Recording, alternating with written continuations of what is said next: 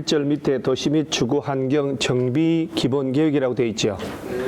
이거 딱 메모하고 몇 년 단위로 짠다고? 10년을 내다보고 그리고 5년마다 타당한지 검토를 해야 돼요. 누가 짜냐? 이게 이제 핵심인데 특별시장, 광역시장, 특별자치시, 특별자치도, 시장, 인구 얼마 이상, 50만 이상의 대도시급 이상에서만 짜요. 근데 자 이거 짤 때 14일 이상 주민 공람시킨다. 며칠 이상? 14일 이상. 그리고 대도시가 아닌 일반 시장은 도지사가 수립하라고 할 때만 짜면 되고 도지사에게 승인도 받는다. 자, 이게 다 기억이 날까요? 안 나요.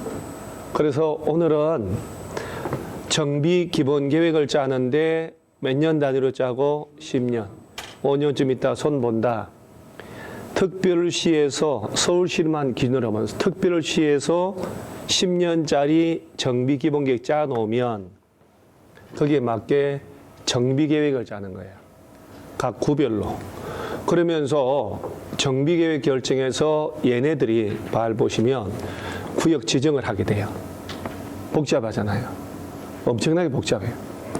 보면 특별시장, 광역시장, 세종시, 제주도 시장 군수는 얘들이 정비구역 지정을 하는데 군수라도 광역시 군수는 제외하고 정비계획 짤 때 30일 이상 주민 공람하고 얘는 며칠? 14일. 요 14일은 객관식에서 완전 단골로 내거든.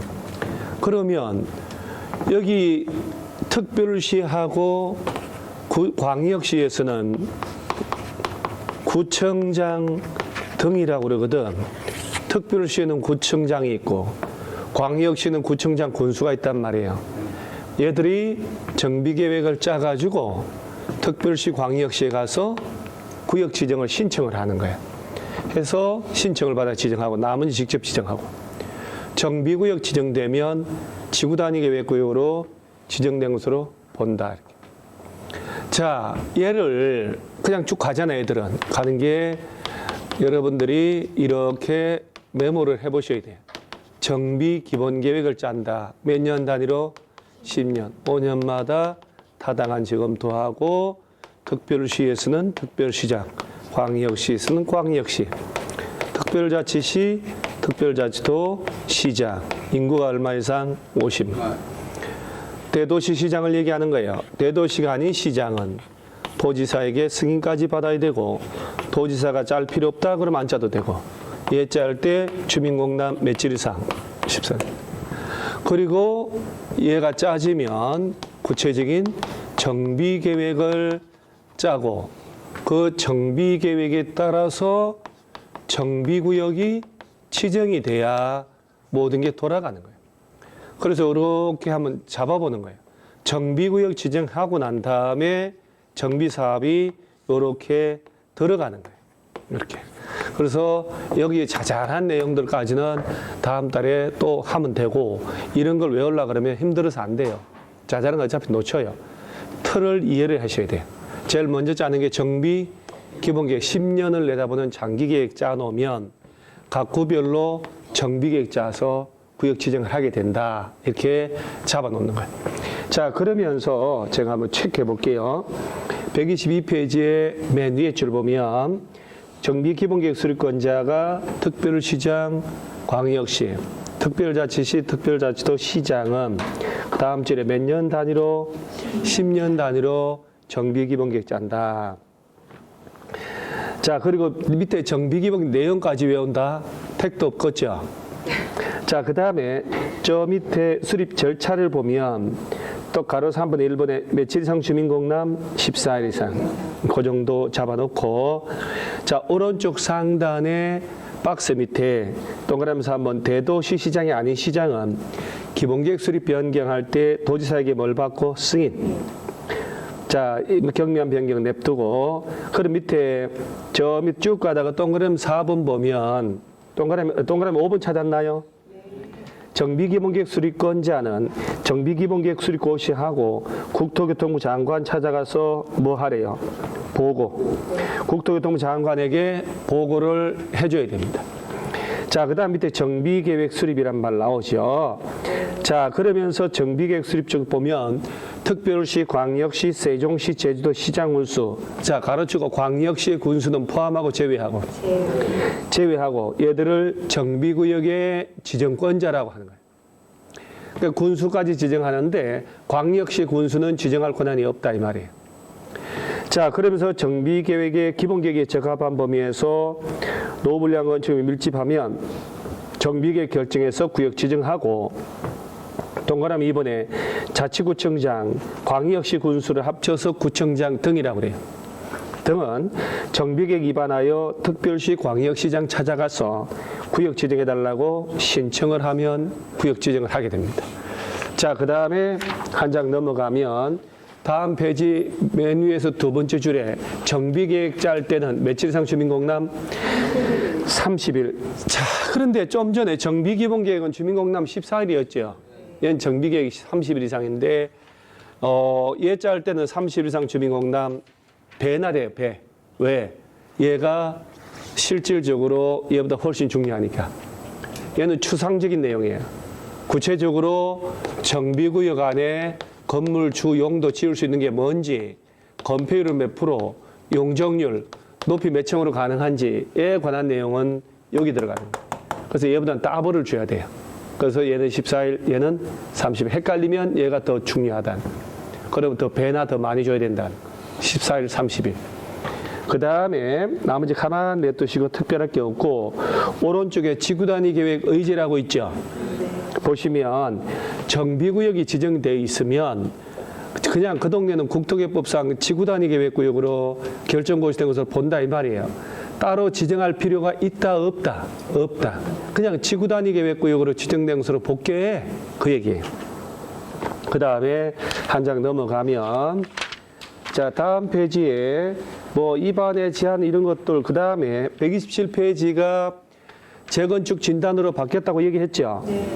자, 이게 안전진단이 재건축을 위한 안전진단이 뭐 용어가 싹 바뀌면서 이렇게 됐는데 이런 건 시험에 낼까 안 낼까요?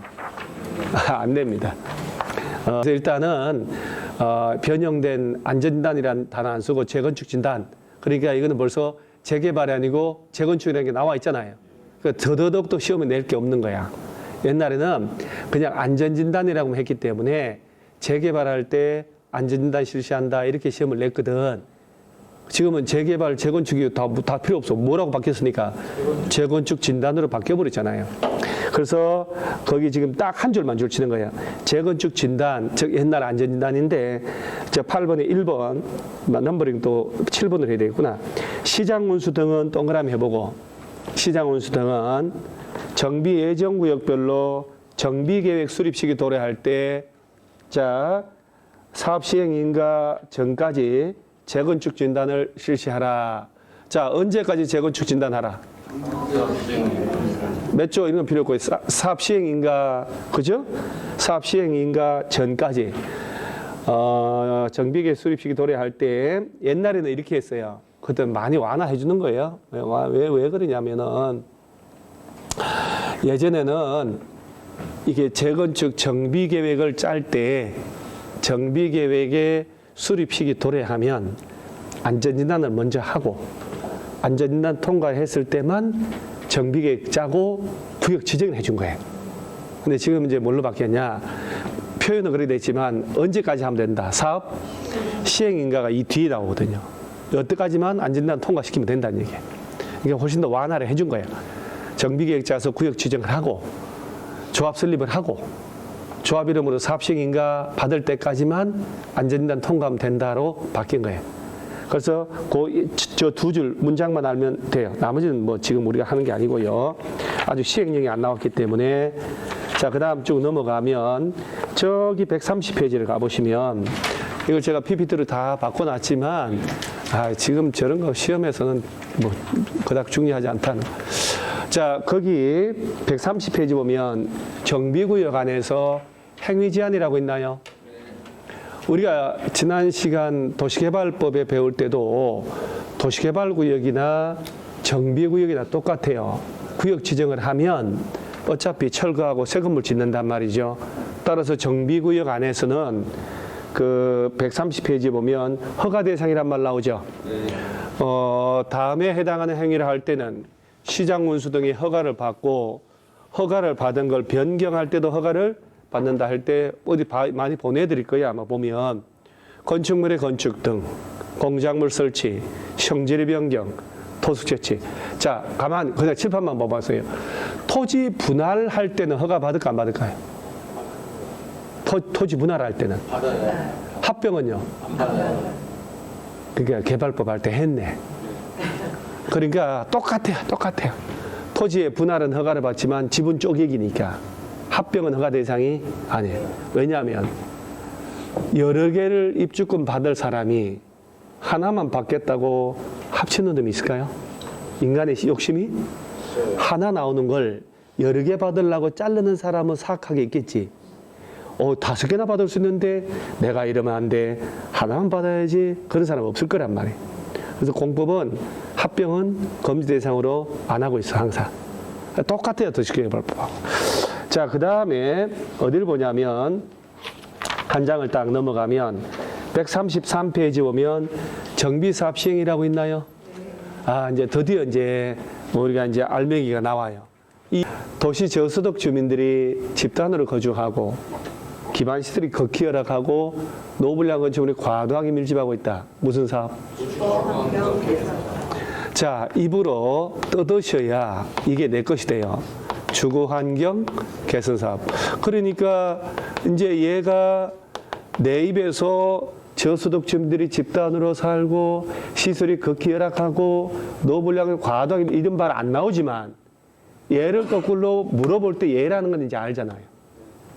그 다음에 재개발하고 재건축이 있는데, 자, 재개발 사업이 있고 재건축 사업이 있잖아요. 그렇죠?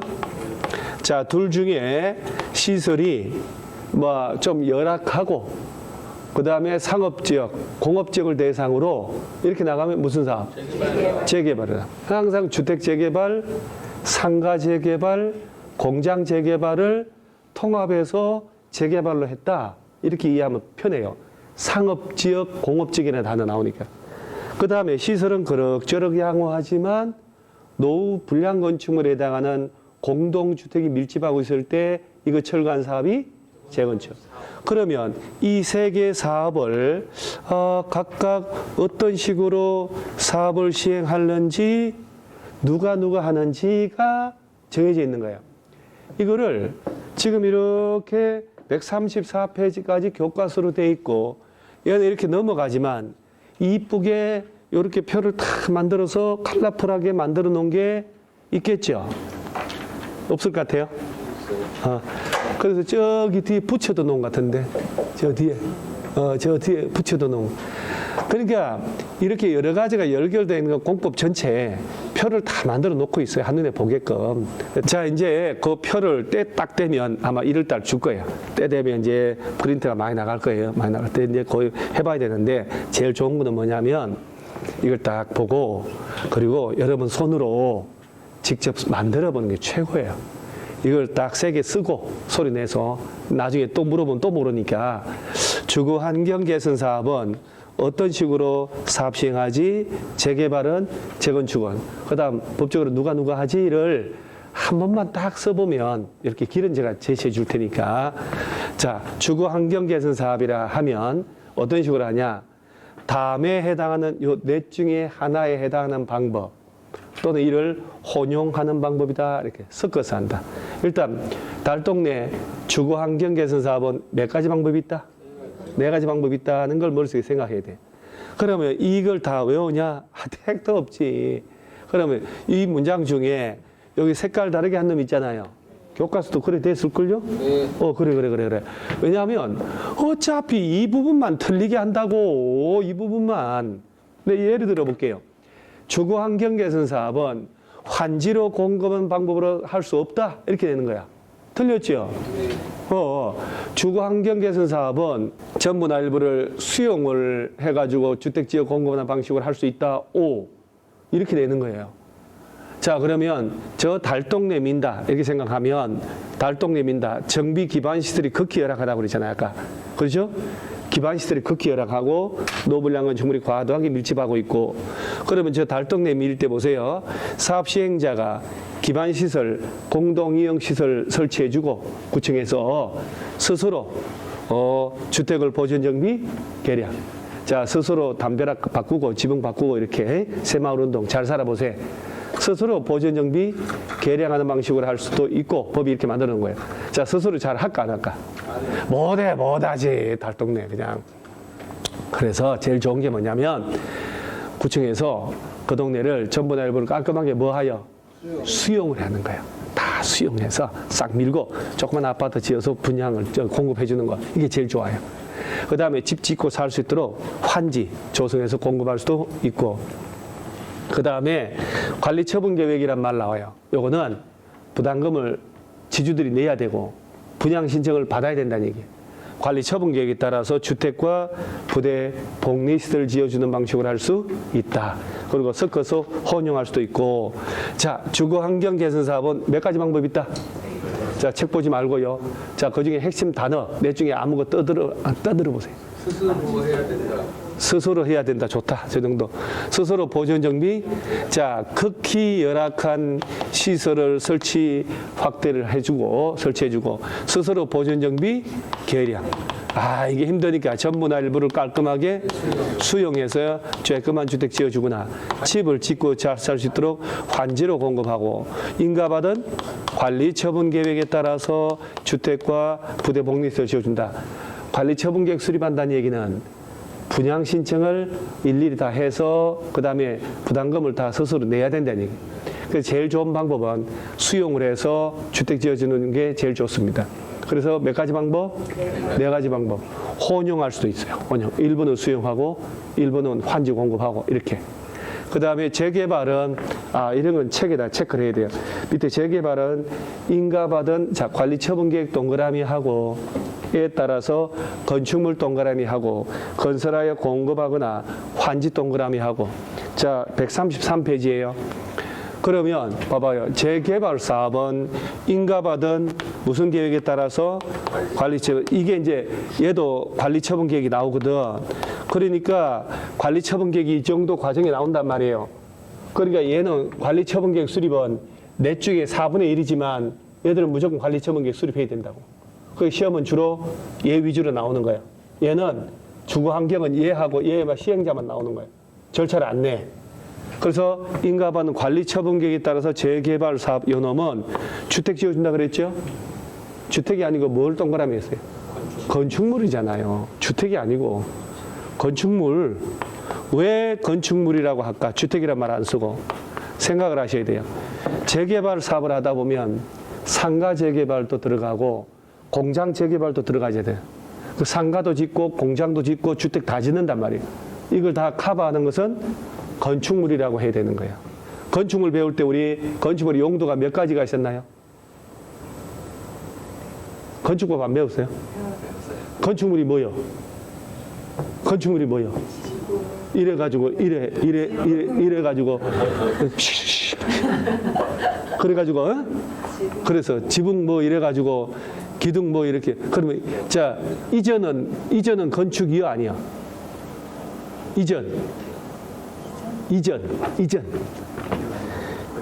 신축, 증축, 개축, 재축, 이전은 뭘 이전이라? 주요 구조부를 해체하지 아니하고 같은 대지 안에 다른 위치로 옮기는 것. 주요 구조부를 하면 막 이 사진 나와가지고 막 건물에 타타타타 하고 막 내기 바보 지주.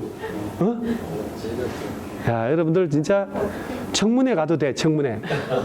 그 해제 안 했어. 기억이 안 나요.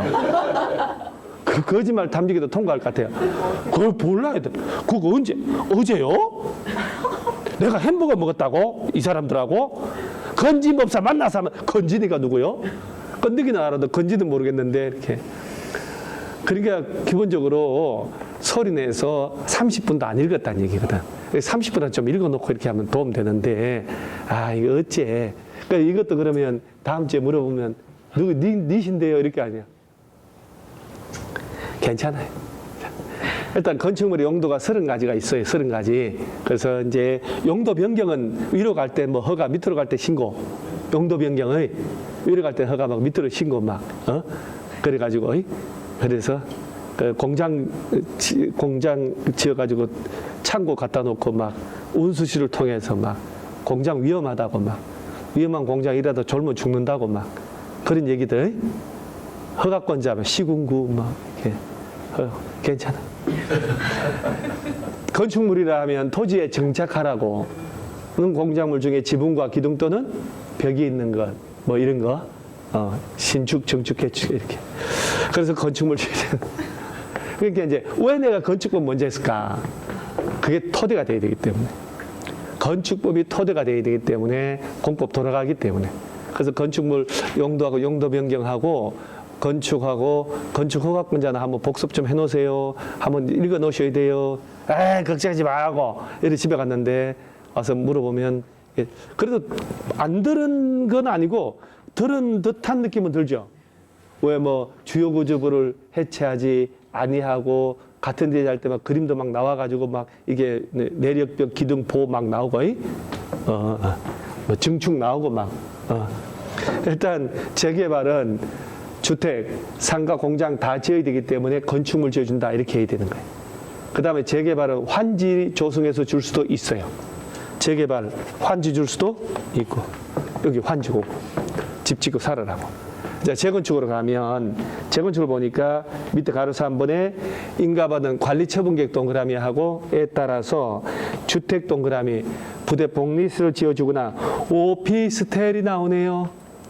재건축할 때 오피스텔 지어줄 수가 있다는 거야. 오피스텔. 그러면서 동그라미 2번 보니까 오피스텔 지어줄 때는 준주거 지역, 상업지역, 준상이 동그라미 하고 어디에서? 아주 중요해요. 준주거하고 어디에서만? 준주거 상업지역 안에 아파트 재건축할 때는 아파트를 안 지어주고 오피스텔 지어줘서 월세 받게 할 수도 있어요. 자, 전체 이제 100분의 얼마 이하로 하고 30. 자, 여러분 다시 보면 재건축도 인가받은 관리처분계획에 따라서 얘는 주택과 부대 복리스를 지어주거나 재건축도 환지 줄 수 있다고 그랬죠. 환지 없나요? 25층 아파트를 철거하고 땅만 주면 누가 그 위에 아파트를 누가 지어? 그래서 재건축은 환지라는 말 나오면 안 되는 거예요. 환지. 얘는 환지가 나오면 안 되고 얘는 오피스텔. 왜 오피스텔을 그 당시에 개정을 해서 왜 뜬금없이 재건축을 하는데 오피스텔 주지? 내가 이 A 단지 안에 아파트 하나 있단 말이에요. 재건축 대상. 근데 내가 또 주택이 또 있어. 그러면 어차피 재건축에 새 아파트 돼도 2주택 세금 많이 내는데 재건축 결의를 잘 안 해준단 말이에요. 그러니까 너 여기 아파트 있다고? 그럼 너 그러면 오피스텔 신청해. 오피스텔 받으면 너 2주택 아니잖아. 경기 활성화 시키려고 옛날에. 그래서 재건축은 오피스텔 주는 방식으로도 할 수 있도록 법을 개정해 준 거예요. 자, 세개 사업 중에 오피스텔 지어줄게. 무슨 사업 할 때만. 그런 걸 기억하셔야 돼요. 재개발이 아니고 재건축이에요. 이런 걸 개론해서 냈단 말이에요. 우리 공법하는 학생들도 못 외우는 판에 1차만 하는 사람들도 어떻게 공부해? 자, 그러면 우리가 용도 지역 배울 때 준주거 지역은 도시지역이어요, 아니어요? 그래가지고 어쩌겠어. 이런 도시지역, 관리지역, 농림지역, 자연환경보전지역 중에 도시지역은 다시 주거, 상업, 공업, 녹지 아니여. 그리고 준주거 지역이 도시지역 아니면 뭐요? 도시지역 중 준주거잖아요. 전용주거, 일반주거, 준주거. 그죠? 그러니까 이게 잘 하려면 왜 국토법에서 용도지역이 그렇게 중요하게 했냐. 용도지역 21개, 걔가 모든 것의 기준이 되거든. 이렇게 계속 돌면서 세금 부과도 그렇고. 그리고 민법이 좀 토대가 돼야 그래야 탁탁탁탁 돌아가는. 그 다음 건축법이 토대가 돼야 되는. 그래서 먼저 중요한 거 먼저 한 거야. 얘들은 괜찮아. 어차피 6개밖에 안 나오는데. 그래서 어떤 수험생들은 늦게 공부한 사람은 도시정비법 자체를 포기해요. 아예 공부하지 않아. 에이, 한 번을 찍을란다. 어차피 6문제 중에 1, 2, 3, 4, 5 하나씩은 끼어 들어가 있거든.